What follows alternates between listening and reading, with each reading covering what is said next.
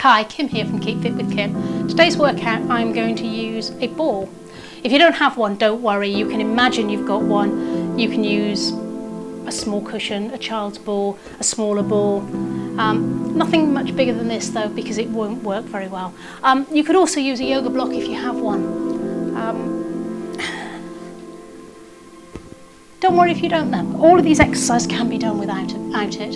So what I'm going to start with is arm floats. So you're going to sit comfortably. Stay facing me. I'm turning slightly sideways so that you can see a little bit better what I'm doing. So if you've got a ball, hold it in front of you. Relax the shoulders. Sitting comfortably upright. I'm just going to float the arms up in the air and down. So if you don't have a ball, I've got my hands either side of the ball. Just pretend you've got a ball in front of you. Take the arms up as far as they comfortably will. Relax the shoulders down. Try and keep the shoulders as low as you can. A nice big gap between the ears and the shoulders as you lift and lower that ball. Palms are facing. Next time we get to the top, I'm going to ask you to clasp your ball or your imaginary ball in your hand, and we're going to just take the hands down to the side and back up to the top. So I want you to imagine you're between two panes of glass and that you're keeping the hands in alignment, just touching the fingers or the ball down to the floor, getting some mobility in the shoulders. Well done.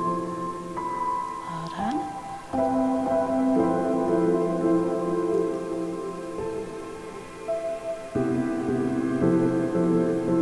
Now I'm going to change my position. I'm going to cross my legs because what I want to do now is take the ball in front and take it behind my body. So I'm taking it round to my right side. Again, don't worry if you haven't got a ball, you can do exactly the same thing. Just touch your fingertips if they'll reach. If they don't quite reach, doesn't matter either. Next time you come to the front, we're going to change the direction. So if you haven't got a ball, it feels like you're doing exactly the same thing. I'm a little bit close to the wall here. I go too much further forward. And I am bending the arms at the back, they're not staying straight. Just getting some really good mobility in the shoulders. Trying to keep the arms as high as you comfortably can. So you could do this standing, but by sitting, getting a bit of a stretch in the lower body as well. Your back should be comfortable, so you could sit on something if that didn't work for you. Okay, from there we're going to roll onto our back and do a little bit of work for our tummies. So lying on the back, what I'm going to ask you to do is take your block or ball in your hands. We're going to take it above the head first, and then we're going to bring the knees in one at a time. Take the feet up in the air, and we're going to swap. We're going to change the ball or block into the feet and take it away. Just as far as is comfortable. Bend the knees if you need to, and reach. So for some of you, you might want to just put it between your knees. If you haven't got a ball, you're just going to touch your thighs and come back. So for some of you, this movement might only be a small amount. Don't worry whether your hands touch the floor. Your feet can go anything up to about 45 degrees. Just be really aware of what's going on with your lower back. Well done. Whoa.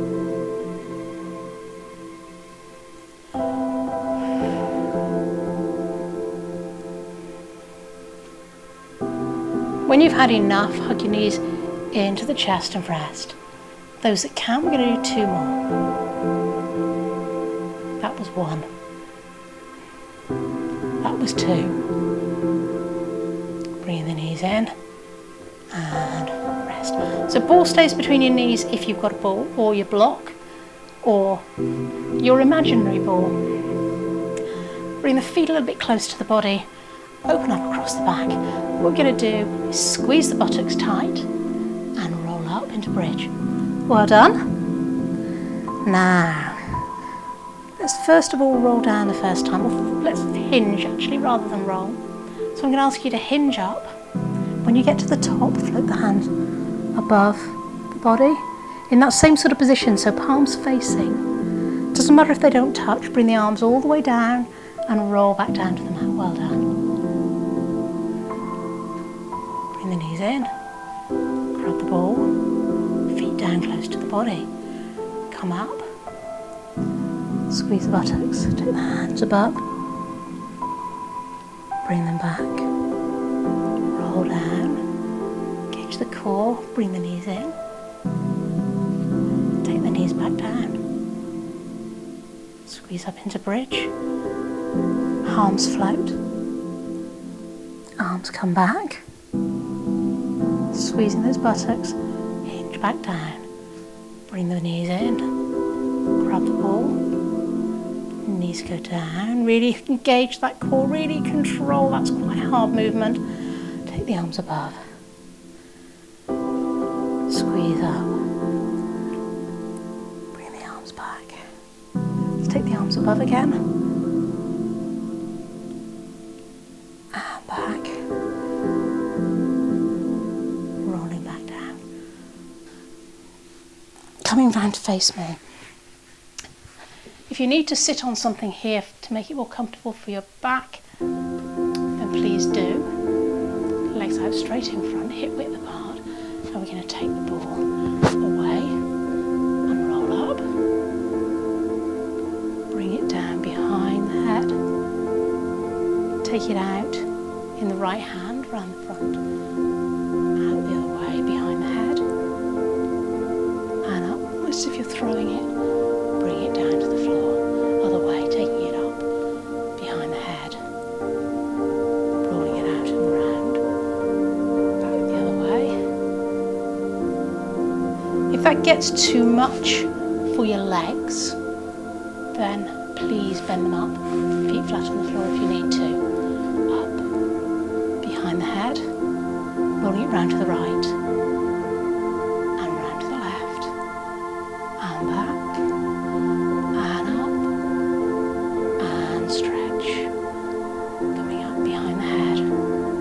Feeling that really working your arms. Other way. Well done, last one. Reaching up. And stretch. Putting the ball between your knees now. I'm going to turn sideways, stay facing me again. Feet stay flat on the floor here. And all you're going to do, arms out in front, or hold underneath if you need to. You're going to roll back until you feel that in your tummy. Trying to keep that back as flat as possible. Rolling to here and up. Now, if you find your knees are coming apart, you feel the pressure coming off, you're going to stay with the ball there. If you don't, keep the feet and knees hip width apart, and you can take the ball up and down. Take the ball up and down. It makes it quite a lot harder.